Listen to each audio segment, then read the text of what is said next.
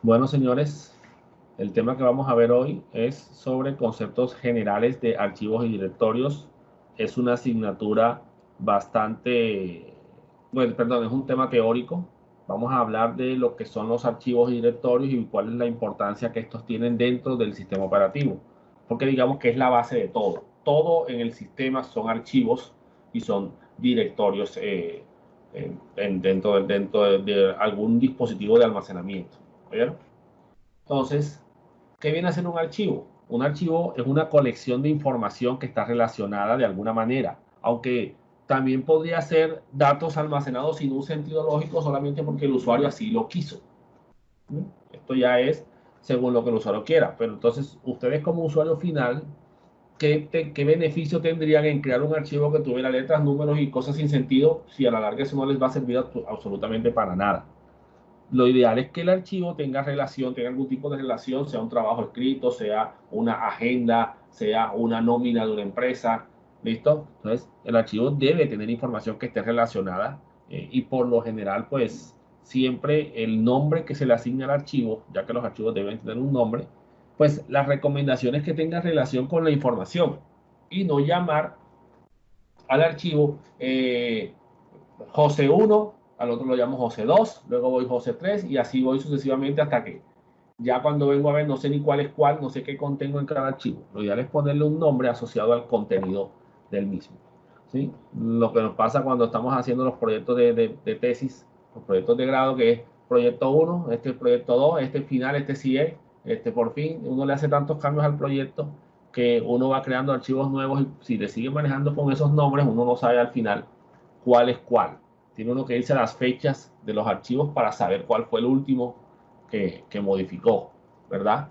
Entonces, los archivos o esta colección de información se debe guardar en una unidad de memoria secundaria. Esta unidad de memoria secundaria se conoce como unidad de almacenamiento, también llamada unidad de almacenamiento persistente. Dicho de esta manera porque la memoria RAM de la computadora no es persistente en su almacenamiento. Persistente quiere decir que la información se mantiene y se queda ahí hasta que el usuario decide eliminarla. Eh, en cambio, la memoria RAM se vacía cuando el computador es apagado. Así que todo lo que esté en memoria RAM y que no haya sido transferido a una unidad de almacenamiento, ¿verdad? Almacenamiento persistente, como un disco duro, como un pendrive, ¿sí? O lo que llaman memoria USB, un DVD, no sé, un dispositivo, una memoria flash. Si no se guarda en algún dispositivo de almacenamiento, la información se borra, desaparece. Ahora, no, que es que yo he visto que Word a veces yo se va la luz y yo cuando lo abro, él abre un archivo, él abre, el archivo queda ahí. Eso es porque Word hace un autoguardado. Cada cierto tiempo, por lo general cada 10 minutos, creo que es la configuración por default del sistema, el Word hace un guardado automático. Bueno, Word, Excel y las herramientas de Office y algunas herramientas hacen un guardado automático sin preguntarle al usuario. Y si la máquina llega a presentar algún apagado sorpresivo, cuando vuelvas a abrir el sistema se percata de que hubo un fallo en el proceso y que tiene una versión guardada, que si quieres abrir esa versión específica. Pero esa la guardó él en el disco, no es que esté en la memoria, porque la memoria cuando se apagó la máquina, la memoria se borró. ¿Oyeron? Entonces a la gente de Microsoft se le ocurrió esa idea para evitar pues, que se le pierda la información a las personas. La recomendación que incluso que ellos dan desde que se inició este proceso de almacenado de archivos, eh, que se dieron cuenta de lo que estaba pasando, es recomiendan que cada 10 minutos se le dé guardar al archivo, ¿eh? Como mínimo, de tal manera que si se llega a dañar algo, se llega a perder, a apagar el equipo, lo más que vas a perder son 10 minutos de información y no 3 4 horas de trabajo que estabas haciéndolo, nunca le pusiste un nombre, nunca le diste guardar y se fue la luz, ¿ya? Que es algo muy común que nos pasa a todos. Entonces, es una buena práctica pues ir guardando cada 10 minutos. Entonces, el archivo es la unidad más pequeña de almacenamiento lógico en un sistema. ¿Por qué? Porque lo mínimo que tú vas a guardar es un archivo. Ahora, ¿qué puede contener un archivo? Desde una película de 16 gigas hasta un solo número, un 0, por ejemplo. ¿Listo? Hasta un 0 que guarde ya, solamente guarda eso. O sea que no importa qué tan grande sea, lo mínimo que tú vas a guardar de información va a ser un archivo. Los archivos pueden ser archivos de programas o pueden ser archivos de datos. Ahorita vamos a ver esas diferencias de uno con respecto al otro. Los archivos tienen unos atributos. ¿Listo? ¿Esos atributos cuáles son? Pues son unas características. Los archivos tienen un nombre. Ese nombre permite identificar al archivo para que el usuario tenga conocimiento de cuál es el archivo que quiero abrir. Obviamente soy yo, el dueño de los archivos, el usuario que los está manipulando, el que tiene que saber cómo se llaman. Aunque algunos archivos se me pueden llegar a olvidar su nombre y recordar algo particular. Y hay formas de tú buscar archivos basados en patrones en común que tengan dichos archivos, de tal manera que se te facilite la búsqueda. Normalmente los archivos, bueno, en cuanto al nombre, anteriormente había muchas limitantes con respecto a los nombres de los archivos, ya que no se permitían los espacios en blanco, no se permitían las letras tildadas, no se permitían tener incluso en sistemas operativos Windows más de 8 caracteres en el nombre. O sea, si el archivo tenía un nombre muy largo de más de 9 caracteres, no se permitía, solamente aceptaba hasta 8 y Unix nada más aceptaba hasta 11. Y actualmente pues ya soportan unos espacios de nombre de hasta 255 caracteres. Lo que implica que, bueno, y soportan también espacio en blanco y soportan letras tildadas, caracteres como la ñ. Entonces ya se pueden utilizar ese tipo de nombres, aunque él internamente utiliza otro nombre que él le asigna. Los archivos tienen un tipo, o sea, son de un tipo particular. Y normalmente ese tipo está asociado a una extensión. ¿Qué es una extensión? Una extensión es una parte del nombre, hagan de cuenta que es como si fuera el apellido, que identifica el tipo de información que contiene el archivo, bueno, o que debería contener el archivo. Por ejemplo, la extensión TXT implica que el archivo es un archivo de texto, por ejemplo. La extensión doc, la antigua extensión doc para las aplicaciones de Word, indican que es un documento de Word, un documento de Office. ¿Listo? O sea, un documento con formato, con forma.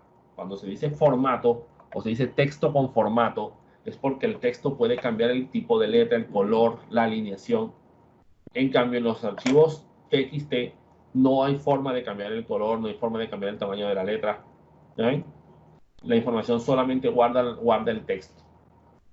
Entonces, esa extensión indica el tipo de información que puede tener. Ahora en Word se utiliza mucho ya no se usan tanto los doc, sino que ahora se usan son los docx, que es un formato de documento normal con una estructura de almacenamiento de datos llamada XML. Entonces, cada extensión indicará el tipo de contenido. Eso sí, para poder abrir un archivo de un tipo particular, deberé tener un programa que entienda la información almacenada en ese archivo. Por ejemplo, para abrir un doc, yo necesito tener instalado Word o una herramienta que entienda Word, por ejemplo. O para abrir un archivo de Excel, un XLS, debo tener instalado Excel como herramienta o alguna otra hoja de cálculo que sea capaz de entender el idioma, digámoslo así, en el que está escrito el archivo. Los archivos, aparte de tener un nombre y una extensión, se ubican, como ya les dije, en una unidad de almacenamiento. O sea, que están almacenados en alguna carpeta, en algún directorio dentro del sistema. Tienen un tamaño. Ese tamaño se mide en una unidad de almacenamiento conocida como byte. El byte es la forma de agrupación de bits más básica que hay. Son 8 bits agrupados, siendo un bit un 1 y un 0. O bueno, un 1 o un 0, disculpen. Uno de ambos. Porque la información que se almacena en los computadores se guarda en ese formato. 1, 0, 1, 0. Ahora, no es que se guarde específicamente el número 1 o el número 0, es que se guarda un estado u otro estado. Por ejemplo, en los DVDs, que son discos ópticos, el 1 Bueno, digamos que el DVD está formado por un montón de puntitos.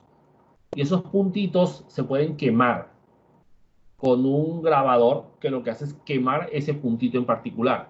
Entonces, cuando el puntico está quemado, se presentará, por ejemplo, un 1. Y cuando el puntico no está quemado, se presentará un 0. Son representaciones. ¿Vale? Entonces, digamos que así es como los sistemas manejan la información. Bueno, los equipos actuales. Si ustedes comienzan a investigar sobre un tema llamado computación cuántica, van a ver que el concepto de bit ya ahí no se aplica. Allá se usa otro concepto que es el concepto de qubit, que puede almacenar muchísima más información. Pero ya eso son otros sistemas de cómputo muchísimo más avanzados y de los cuales apenas están saliendo los primeros equipos comerciales para esa plataforma que ya IBM sacó uno. Entonces, ese byte o esa agrupación de 8 bits se usa para representar cada carácter de los que se escriben en el teclado. Entonces, el tamaño del archivo se mide en qué tantos bytes ocupa, ¿sí? El espacio que lo ocupa dentro del sistema. Todos saben que los discos duros o las unidades de almacenamiento tienen una capacidad en bytes específica. 1 terabyte de información. Bueno, listo. Un disco bastante grande, pero a medida que tú le vayas metiendo archivo, le vayas metiendo archivo, le vayas metiendo archivo, va a llegar un punto en el que el disco se va a llenar. Ah, que pasaron varios años. Sí. Ah, pero es que yo voy borrando archivos. Ya eso es otra cosa. Ya eso depende de qué tan organizado estés tú. Pero tanto meter la información a un archivo, a un disco, perdón, tarde o temprano se va a llenar. Además de su tamaño, también tienen una fecha y hora de creación o última modificación. O sea que ellos registran cuándo fue la última vez que se creó el archivo o incluso si es necesario la última vez que alguien lo modificó. No sé si se recuerdan el comando touch que vimos en la clase pasada, donde dábamos touch hacia una carpeta y el sistema le actualizó la fecha. Bueno, esa es la fecha y hora de creación o última modificación. Y en los sistemas actuales, los archivos tienen unos permisos asignados a los usuarios, a los diferentes usuarios dentro del sistema que podrán o no hacer uso del archivo. Entonces, los permisos ya es un poco el tema de la seguridad de los archivos. Los archivos se pueden clasificar a nivel general en dos tipos de archivos como tal. Los archivos de programa o los program files y los archivos de datos. Como yo les dije hace algunas clases, cuando el señor von Neumann definió el concepto de programa almacenado y definió la estructura que deberían tener los sistemas de cómputo, él dijo, bueno, debemos separar los datos del sistema. Los archivos de programa son los que pertenecen al sistema. Y los archivos de datos, ¿cuáles son? Los que yo uso. ¿Listo? Dice aquí, los archivos de datos tienen muchos tipos diferentes de acuerdo al tipo de información que almacenan. Esto quiere decir que los archivos de datos se pueden manipular con una gran cantidad de opciones diferentes de almacenamiento. Por ejemplo, puede ser una imagen, puede ser un archivo de texto, puede ser un trabajo escrito en Word, puede ser una nómina en Excel. Entonces, digamos que puede ser el mapa de un juego de video. Entonces, digamos que cada archivo tendrá sus datos particulares que pueden almacenarse ahí. Tú no puedes coger, por ejemplo, en un archivo TXT, un archivo de texto normal, no puedes guardar, por ejemplo, una imagen. ¿Ya? Entonces, no lo vas a poder hacer porque el archivo es de texto, no es de imagen. Entonces, por lo general, tienen una extensión que identifica el tipo de archivo, separada del nombre por un punto. ¿Listo? Se pone el nombre, punto, la extensión.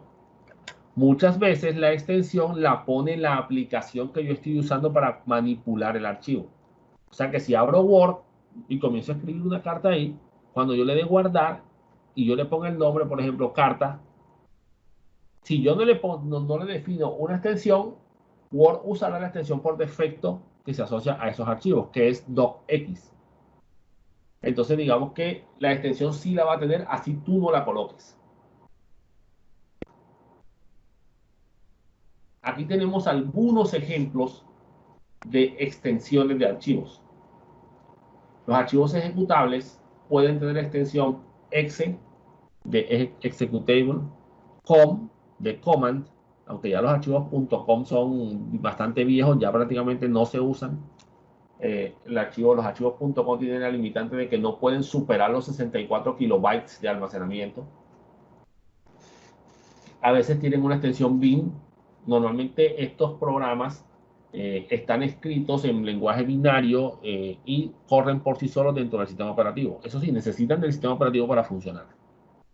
Los archivos objetos, por ejemplo, extensión OBJ, estos ya son de programación.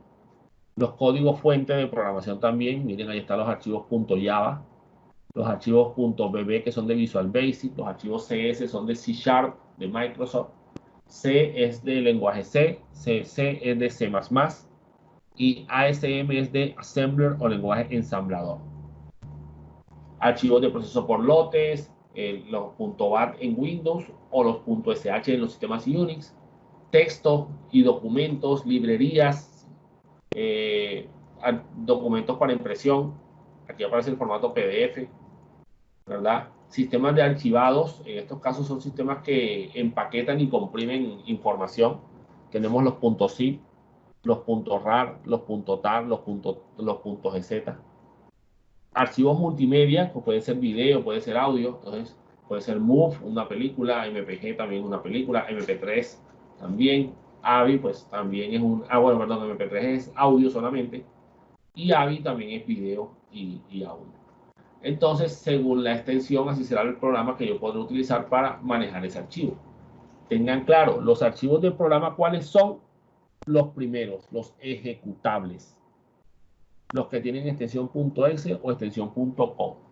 Esos son los archivos ejecutables. Los archivos del programa, perdón. Son archivos que se autoejecutan ellos mismos sobre el sistema operativo. Pero, por ejemplo, para abrir un archivo .docx, un archivo de Word, yo necesito el software de Word. Por eso cuando yo le hago doble clic específicamente al archivo, directamente desde el sistema operativo, hago doble clic al archivo, el programa, antes de abrir el archivo, primero abre Word y después abre el archivo. ¿Okay? Porque el sistema operativo sabe que los archivos con extensión .doc deberán ser leídos usando ese programa. Ya él tiene esa información almacenada en el registro del sistema operativo. Entonces es importante entender esta parte. En las interfaces gráficas, los archivos pueden tener un icono, ya sea un icono característico específico igual para todo el mundo o un icono distinto según el archivo.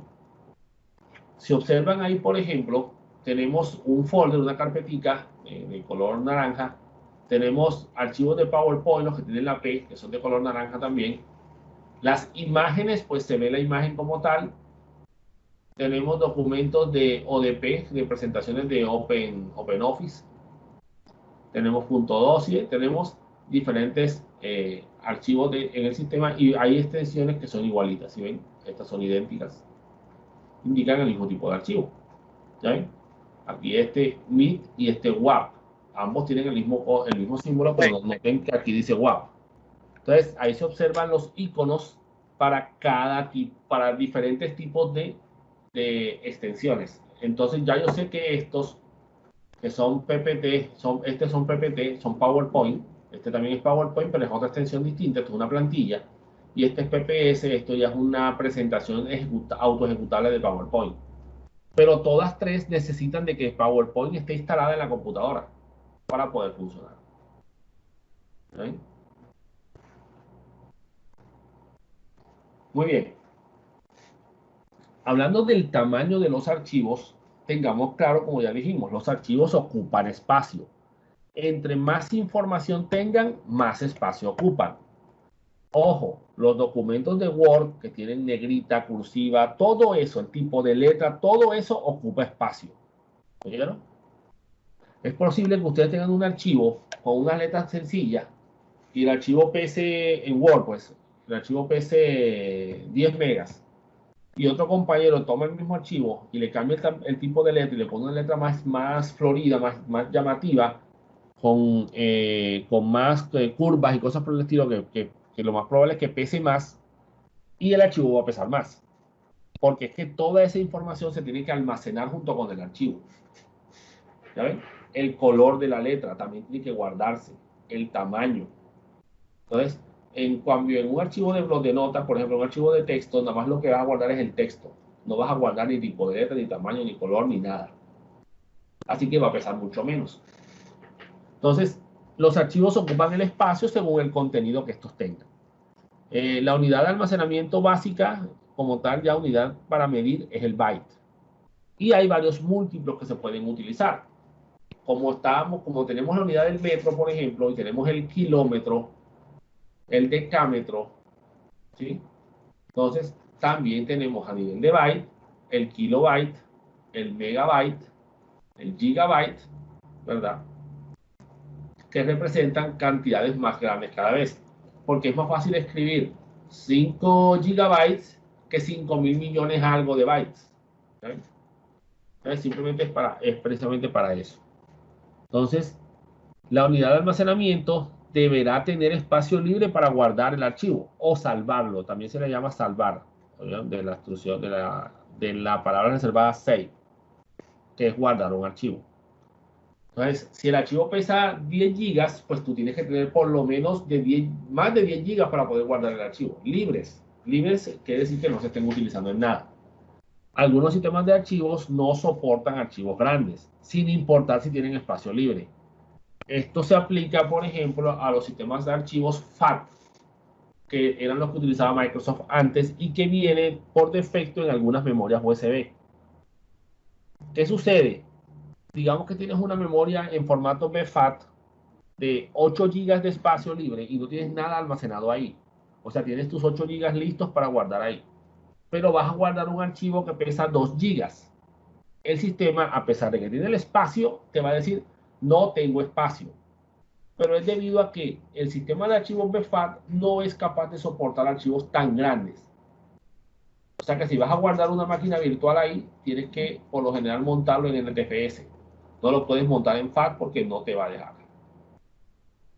¿Okay? Entonces, a eso hay que tener en cuenta cuánto espacio tengo para saber si puedo almacenar la información o no la puedo almacenar. Entonces, ese sistema FAT, como les dije, si ustedes ven que hay espacio libre y les sale el mensaje, no se puede guardar porque no hay espacio, debe ser por el tamaño del archivo. Tendrán que tomar esa memoria y formatearla en otro sistema distinto, ya sea NTFS o algún sistema Unix o Linux, o Mac incluso si quieren, si tienen un Mac. Aquí tenemos una relación de capacidades basados en los prefijos que se aplican dentro del sistema, basados en el sistema de binario o en el sistema internacional. Como los sistemas de almacenamiento almacenan información en base 2, la información se almacena en bloques de 2 bits, 1 y 0, o 1 o 0, uno de los dos. Entonces, digamos que los cálculos de los diferentes valores se deben hacer basados en potencias de 2, y ahí ustedes los ven. ¿Listo? El byte es 2 a la 0, lo que implica un byte. El kilobyte es 2 a la 10, porque la palabra kilo representa 1000 y la forma de llegar al 1000 desde el valor 2 como base es 2 a la 10, que me genera 1024. Un valor de potencia de 2 que me arroje o que me dé por resultado 1000 no existe. Ese valor no se puede hacer. Un megabyte es 2 a la 20 y miren que es 1.048.576 bytes. Un gigabyte es 2 a la 30, lo que implica que es 1.073.741, perdón, 1.073.741.824 bytes. ¿Okay? Entonces, esto es algo que debes tener en cuenta cuando vayas a hacer el cálculo a números binarios. ¿Cuál es el tipo de el tamaño en bytes que yo puedo utilizar dentro de ese sistema? ¿Listo? Entonces, resulta más fácil escribir, no, el archivo pesa 1 gigabyte, a decir, no, pesa 1.073.741.824 bytes. Sale más fácil escribirlo en gigabyte y listo. Aquí tenemos una pequeña escala de comparación. Lo que es el byte, bueno, normalmente se corresponde con una letra, aunque esto no siempre es cierto. Eso depende del tipo de formato de codificación de caracteres que se esté utilizando. Por ejemplo, si se usa, ¿esto qué son, señores? Estos son formas de representar los símbolos, las letras, los tildes, las señas, los números dentro de un sistema operativo. Entonces, si utiliza, por ejemplo, un formato Latin 1, ese es el nombre de un formato, cada letra y número ocupa un byte. Si utilizas, por ejemplo, UTF-8, cada letra o número utiliza 2 bytes. Por lo mínimo 2 bytes, hasta 4 bytes podrían utilizar. Entonces, digamos que anteriormente sí era así, ya no tanto. 10 bytes puede ser una o dos palabras. ¿Listo? Obviamente una palabra de 10 caracteres. 100, una frase. 1 kilobyte, una historia muy larga, muy corta, perdón. Miren que 1 kilobyte es una historia corta. O sea, 1020, porque son 1024 letras nada más, por lo menos. Una página de una enciclopedia, tal vez con dibujos, son ya, 10 kilobytes. Una fotografía son 100 kilobytes. Una novela, 1 mega. Y ya aquí comenzamos a superar los megas, porque estamos hablando de el millón de caracteres. 10 megas, 2 copias de las obras de Shakespeare. 100 megas, 1 metro de libros de estantería. Fíjense cómo crece bastante la capacidad. 1 gigabyte, una furgoneta llena de páginas de texto. ¿Sí? O una especie de buceta. 1 terabyte, 50.000 millones de árboles de papel. O sea que no hay que usar papel, hay que usar terabytes. 10 terabytes dice que es lo que pesa la colección impresa de la Biblioteca del Congreso de los Estados Unidos. Entonces, son comparaciones de lo que se puede almacenar. Y el disco de 1 terabyte, ¿qué espacio puede ocupar? Pues es bastante pequeñito, puede ser muy pequeñito. 5,25 de pulgadas. Perdón, 3,5 pulgadas, disculpen. ¿Ya? Igual a lo que pesaba, a lo que medía un disquete cuando lo estaba trabajando. ¿Ya?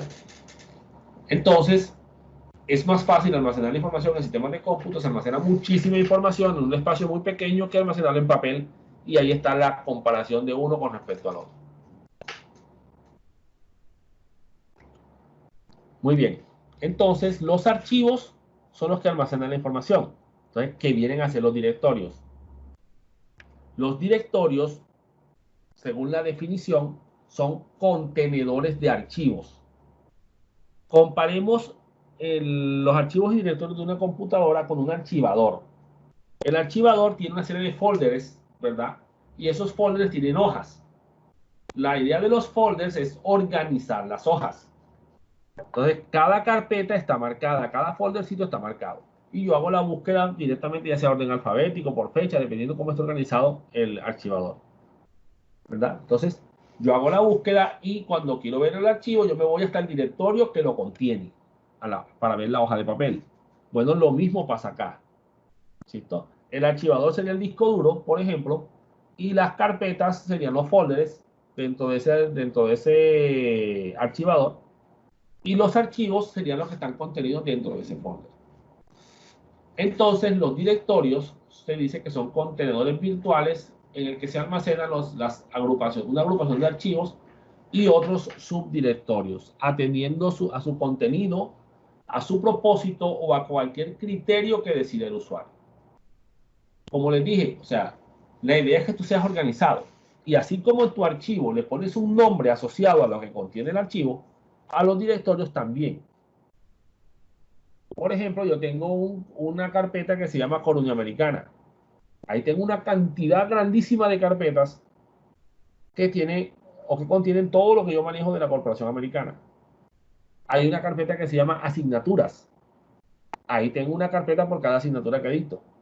Eso sí, dentro de cada año. ¿Okay? Entonces, los directorios tienen esa particularidad. Se usan para agrupar y organizar los archivos.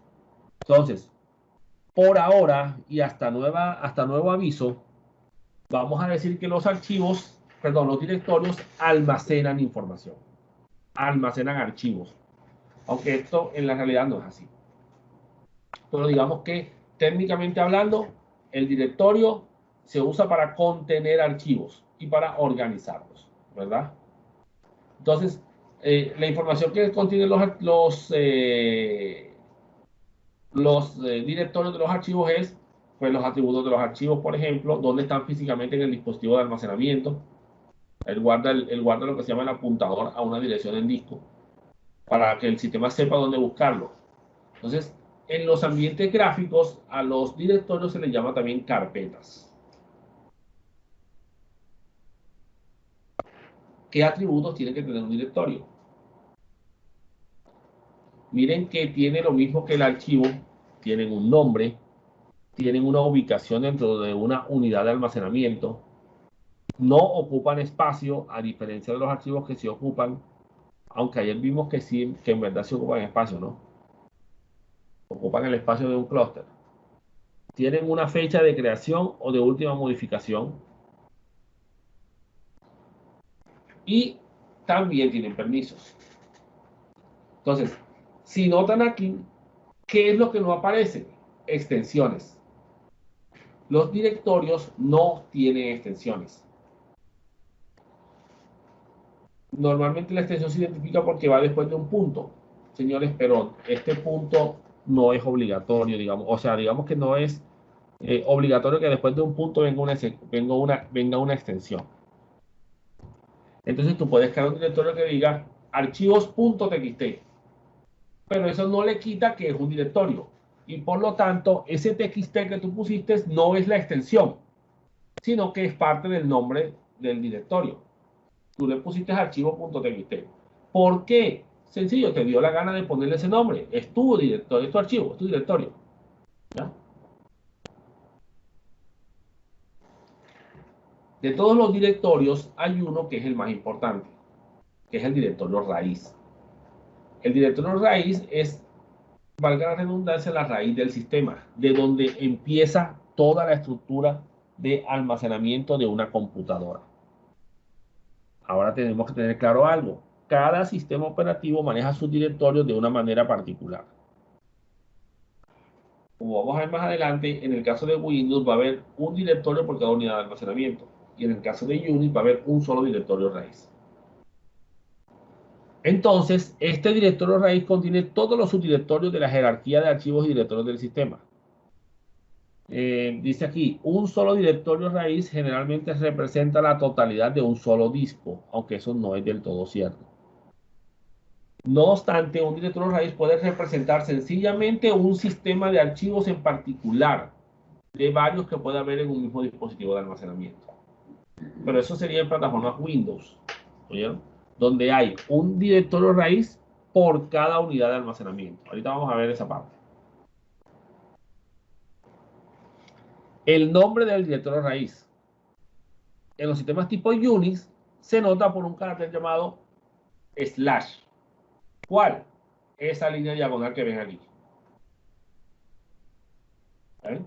Ese slash es el directorio raíz, el primero que aparece.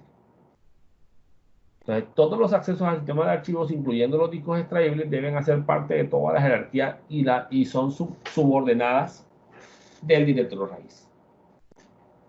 En Windows, cada partición posee su propio directorio raíz.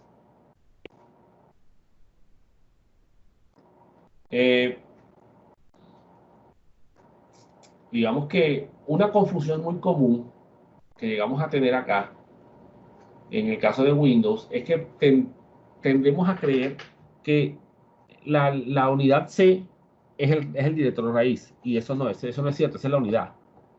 En Unix, el directorio raíz es el slash, la barra diagonal de división. En Windows, el directorio raíz se identifica por un backslash, la diagonal pero en sentido contrario.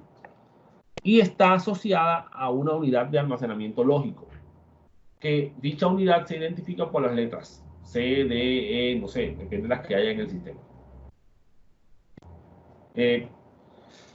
Anteriormente era obligatorio seguir un orden, ahora mismo no. Tú puedes poner cualquier letra en el sistema.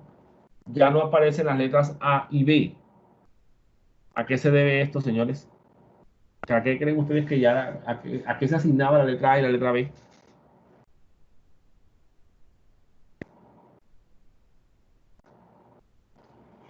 Pueden A responder por el los chat si disquetes. quieren. ¿Cómo?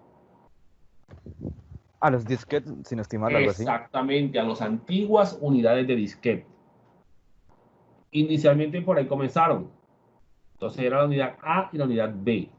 Actualmente las unidades de disquete ya no se usan, pero se sigue manteniendo por compatibilidad con sistemas muy antiguos. O de pronto ya por costumbre, porque actualmente no conozco una computadora que lea disquetes. Entonces no debemos confundir la unidad C de Windows con el directorio raíz. El directorio raíz es el backslash. ¿Ya? Entonces, ahí tenemos la representación. La unidad lógica son las letras seguidas de dos puntos. Y ojo, solo aplica a sistemas Microsoft. Los Unix no tienen esta particularidad. En Unix hay un solo raíz, porque para ellos todo es un solo sistema. ¿Oyeron? Entonces, en Windows hay un raíz por cada unidad de disco. O sea que con Windows es un poco más intuitiva la cosa. ¿Ya? Entonces, representa una unidad lógica sobre una partición de disco. Entonces, ahí se observan, por ejemplo, el disco C, el disco J, el disco H y el disco N. Entonces, eso implica que ahí debe haber un raíz para el disco C, un raíz para el disco J, un raíz para el disco H y un raíz para el disco N. Ahora vamos a verlos en una en el sistema operativo.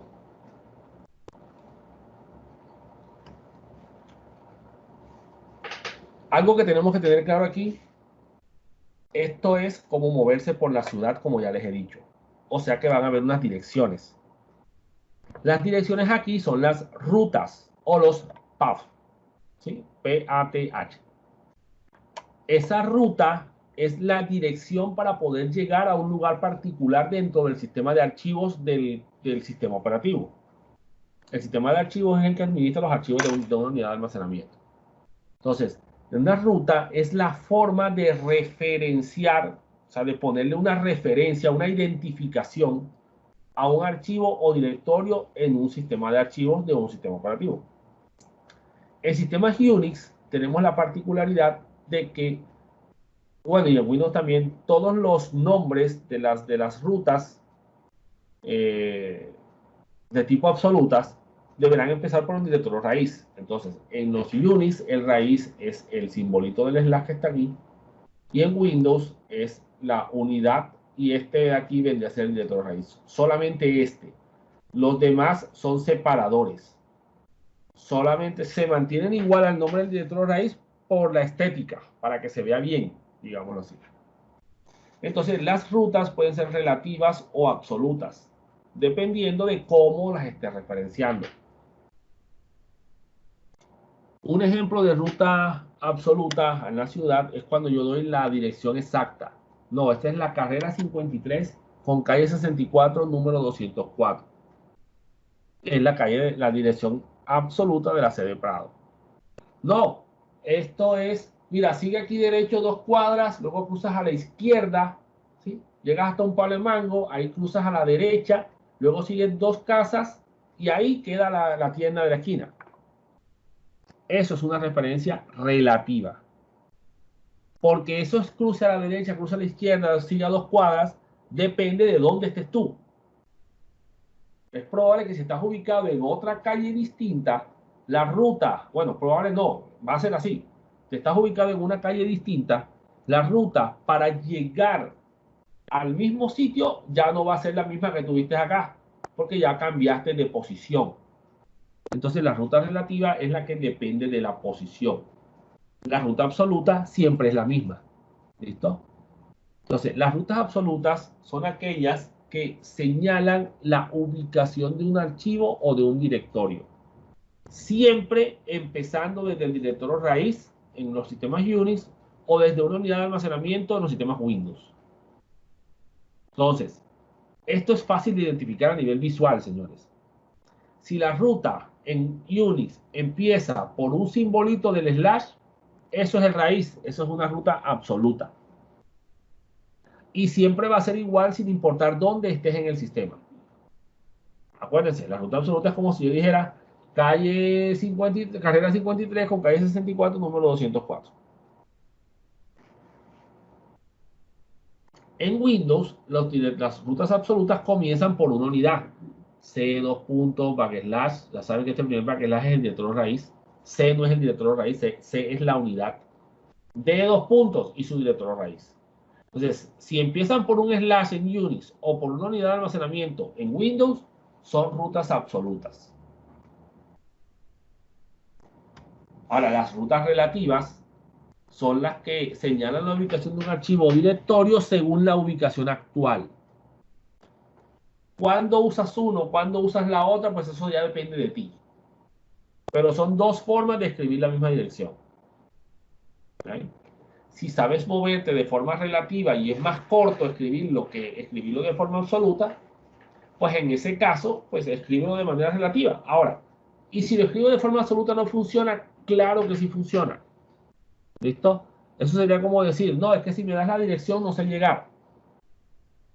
Y si me indicas así con la mano, tampoco sé llegar. Entonces, o sea, a la larga baja, el destino va a ser el mismo. ¿Cómo identifico una ruta relativa? Sencillo, no es una ruta absoluta. O sea, no empieza por una raíz ni por una unidad. Entonces, si la ruta no empieza, sino que empieza por un nombre de un archivo, o empieza por punto punto, o empieza por punto, es una ruta relativa.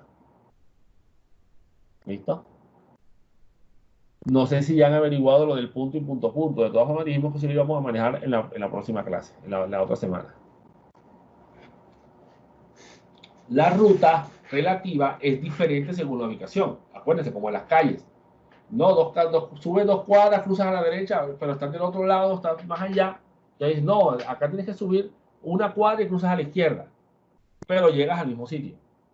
Entonces, las rutas relativas son más difíciles de manejar que las rutas absolutas.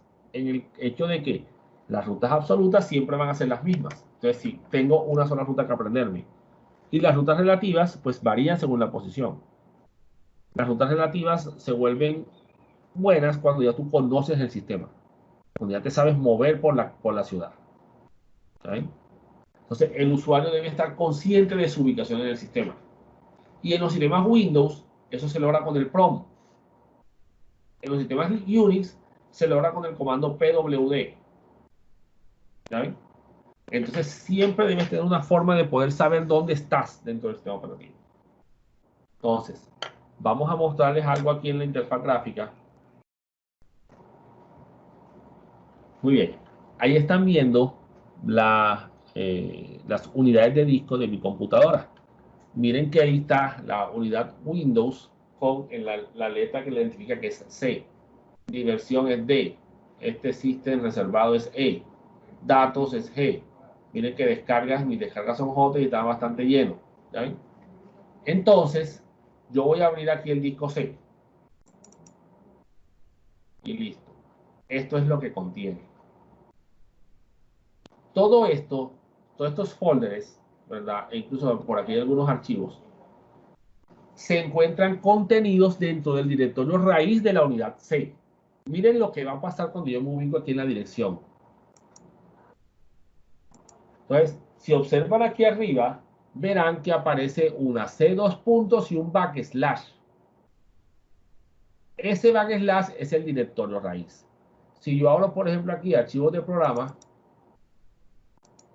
miren, C, dos puntos, slash, archivos de program files, que es el nombre real de la carpeta. ¿Sí? Entonces, esta es la ruta. Este es el path. Android Studio. Entonces, esto que está aquí es el path, es la ruta. ¿Ya ven? Ahora yo puedo pasar para el disco D. ¿Listo? Entonces, ahí tenemos una serie de archivos. ¿Ya ven? Entonces, yo aquí, el disco D tiene su propio directorio raíz. ¿Ya ven? Si me voy aquí a la consola, vamos a abrir la consola. Vean que tenemos aquí cómics, fotos, juegos, libros, música, películas.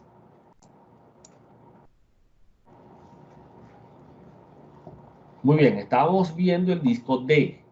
Me voy a cambiar para esa unidad, ¿verdad? en los sistemas Unix no tengo ese problema, todo está en el raíz, es un solo disco. Acá debo decirle la unidad que quiero, de 2 puntos, y le doy Enter. Y el sistema se cambiará de la unidad C para la unidad D. ¿Listo? Y aquí le voy a decir dir. Miren, aquí están las carpetas: cómics, fotos, juegos, libros, música, películas, videos. ¿Sí? O sea, estoy viendo lo mismo que se ve allá en la interfaz gráfica. ¿Por qué? Es el mismo sistema. Ya sea que lo vea desde la consola o desde la interfaz gráfica, es lo mismo. O sea que esto que está aquí, esto que estoy viendo, es la ejecución del comando dir, pero desde la interfaz gráfica. ¿Eh? Entonces, vamos a aprender a partir de ahora a manipular archivos y directorios. Ustedes desde aquí le pueden decir, por ejemplo, esta opción: nueva carpeta. Esperar que la cree. Aquí la creo, le pongo un nombre: nueva. Listo, ahí quedó.